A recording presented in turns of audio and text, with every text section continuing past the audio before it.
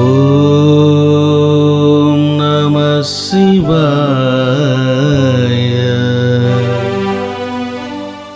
ఇప్పుడు లీలాతాయి గారిపై శివలింగ ప్రతిష్ఠ.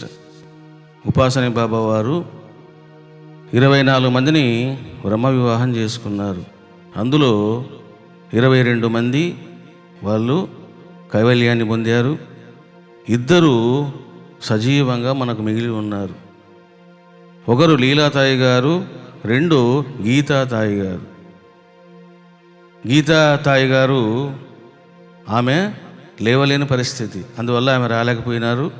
వాస్తవంగా ఫ్లైట్లో ఏదో రకం కష్టపడి తీసుకురావాలని ట్రై చేశారు, కానీ ఆమె యొక్క ఆరోగ్యం దృష్ట్యా అక్కడే ఉంచడం జరిగింది.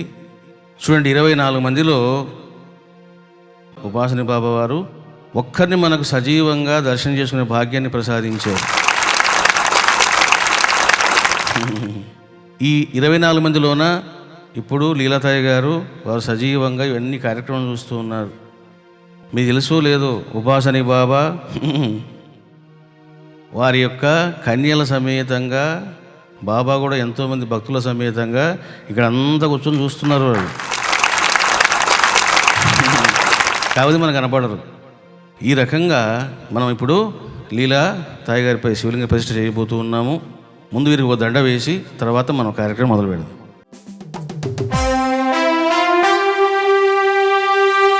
ఓం మహాయతీశ్వరాయ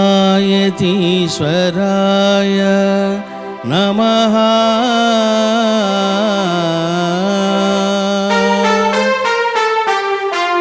ఓం దివ్య ప్రేమమూర్తయే నమః.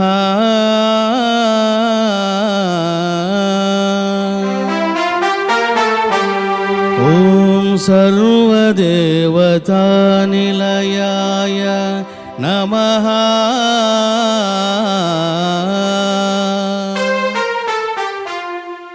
చూడండి, ఆనాటి దేశకాల పరిస్థితులు, వేదములో ఉన్నటువంటి విషయాలు, ఆనాటి సామాజిక రుగ్మతలు ఎలా ఉండేవో మీకు అర్థమవుతాయి. వీరు 5వ క్లాస్ వరకు చదువుకున్నారు. వారి తండ్రి గారు చెప్పారట, ఇక నీవు చదువుకోవడానికి వీలు లేదు, ఎందుకంటే ఆచారాల ప్రకారము, కట్టుబాట్ల ప్రకారము, పెద్దల శాసనాల ప్రకారము ఇక నువ్వు ఇంట్లో కూర్చోవాలంతే అని తండ్రి ఆదేశించాడు. ఆమె బాగా బాధపడింది. నాకు చదువుకోవాలని ఎంతో ఆసక్తిగా ఉంది, ఇదేంటి మీరు ఇలా మాట్లాడుతున్నారని వాదించింది. మరి ఆనాడు చాలా ఛాంద స్వభావాలతో ఉండేవాళ్ళు. ఆచారమని, కట్టుబాట్లని, ఇది వేద ఆదేశమని అసత్యమైనటువంటి మాటలతో మనుషులు ఏం చేశారంటే గారడి చేశారు, నవ్వుల పాలు చేశారు, అపహాస్య పాలు చేశారు. వేద మాతకు, శాస్త్రానికి దూరం చేశారు. అప్పుడు లీలాతాయి గారు తండ్రిని తీసుకొని ఏ అదృష్ట భాగ్యమో అక్కడికి రావడం జరిగింది. వచ్చిన తర్వాత ఉపాసని బాబా గారు ఆమెను చూశారట. అప్పుడు ఆమె వయసు ఎంత? జస్ట్ 16 సంవత్సరాలు. ఆయన వయసు ఎంత? సుమారుగా 50+ ఉన్నారు. ఆమె కళ్ళల్లో కన్నీళ్ళు పెట్టుకుంటే, ఎందుకమ్మా ఏడుస్తున్నావు అన్నారట. నాకు బాగా చదువుకోవాలని ఉంది, వీళ్ళేమో చదువుకోవద్దు అంటున్నారు, అసలు శాస్త్రాల్లో ఏముందో, వేదాల్లో ఏముందో నాకు చాలా ఆసక్తికరంగా ఉంది అని లీలాతాయి గారు అన్నారట. అప్పుడు ఉపాసని బాబు అన్నాడట, అయితే నీవు ఇక్కడే ఉండిపో, అప్పుడు నీవు జీవితాంతం నా దగ్గర చదువుకుంటావు అన్నారట ఉపాసని బాబు. మరి ఇప్పుడు ఈమె ఎవరు? ఏమి సాధించారు ఈ కన్యలు? ఉపాసని బాబా పెళ్లి చేసుకొని ఆయన ఏం ఉద్ధరించాడండి అని అంటుంటారు. ఇదిగో ప్రత్యక్ష సాక్ష్యం. ఈమె 5వ క్లాసు చదువుకున్నది, ఇంకా తర్వాత చదువులకు పనికిరాదు అన్నారు. ఇప్పుడు మరి ఏం జరిగింది? చతుర్వేద విశారద అంటే 4 వేదాల పండితురాలు. మీరు 4 వేదాల్లో ఏ మంత్రం వాడండి చెప్తుంది. సామగానములో ఉద్దండ పండితురాలు. వయసు కాబట్టి వాళ్ళ పరిస్థితిని బట్టి వాళ్ళు అలా ఉన్నారంతే. కానీ 4 వేదాలలో ఎంతో పట్టును సాధించారు, యజ్ఞాలు చేశారు, హోమాలు చేశారు, సేవలు చేశారు, ప్రవచనాలు చేశారు. వేదం మీద, భాగవతం మీద, అనేక శాస్త్రాల మీద ఎన్నో ప్రవచనాలు చేశారు. వీరి మీద నేను శ్లోకాన్ని రచించాను, ఇప్పుడు పలికిస్తాను.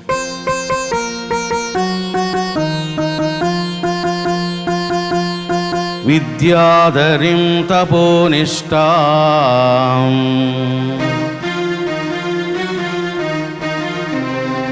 చతుర్వేద విశారదాం ఉపాసనే సుమంగళీం లీలాతాయిం స్మరామ్యహం. అందరూ ఆమె నమస్కారం చేయండి. చూశారా? విద్యాధరిం, ఒక మంచి పదం వాడే నేను. విద్యాధర అంటారు, అంటే ఒక శాస్త్రంలో బాగా ప్రావీణ్యత సంపాదిస్తే వాళ్ళని విద్యాధరుడు అంటారు. విద్యాధరిం తపోనిష్టాం. ఏమిటా తపస్సు? మోహముతో కూడిన భర్తల తపస్సు కాదు, జ్ఞానముతో కూడిన గురు తపస్సు. చతుర్వేద విశారదాం, 4 వేదాలలో పాండిత్యం సంపాదించింది. ఉపాసని సుమంగళీం. చూశారా? భర్త తాళి కడతాడు, భర్త పోగానే ఆమె అయిపోయింది ఇంకా. కానీ ఈమె ఎవరు? ఈమె అంటే నిత్య సుమంగళి. ఎందుకని అంటే ఉపాసని భాగంగా లైవ్గా ఉన్నాడు. దేహం మనకు కనిపించడం లేదు, అంతే. Is alive. వేద జ్ఞానమును సుజ్ఞానమును స్థాపించిన జ్ఞానేశ్వర. వేద జ్ఞానమును సుజ్ఞానమును స్థాపించిన జ్ఞానేశ్వర. సాయీశ్వర శిరిడీశ్వర. సాయీశ్వర శిరిడీశ్వర. సాయీశ్వర వేదేశ్వర. సాయీశ్వర వేదేశ్వర. వేద సాయి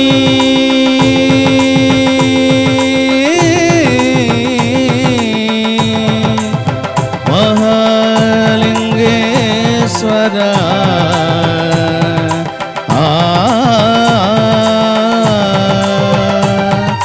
వేద సాయి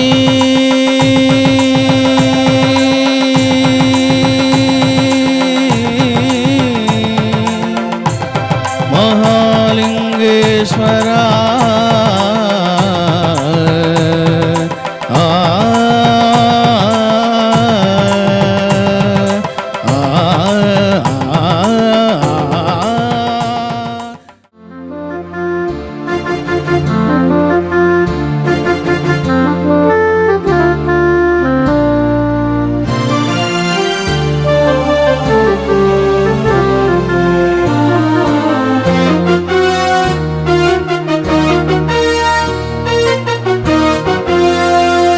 సరస్వతీ సాధయంతి ధియం నైళా దేవీ భారతీ విశ్వతూర్తిః. తిస్రో దేవీః స్వధయా బర్హిరేదమచ్ఛిద్రం పాంతు శరణం నిషద్య.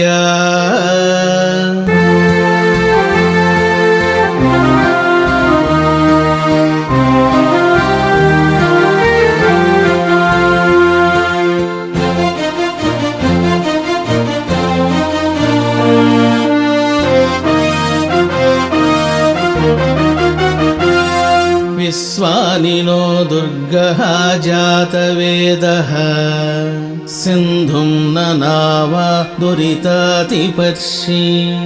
అగ్నే అత్రివన్నమస గృణానోస్మాకం బోధ్య వితాతనూనా.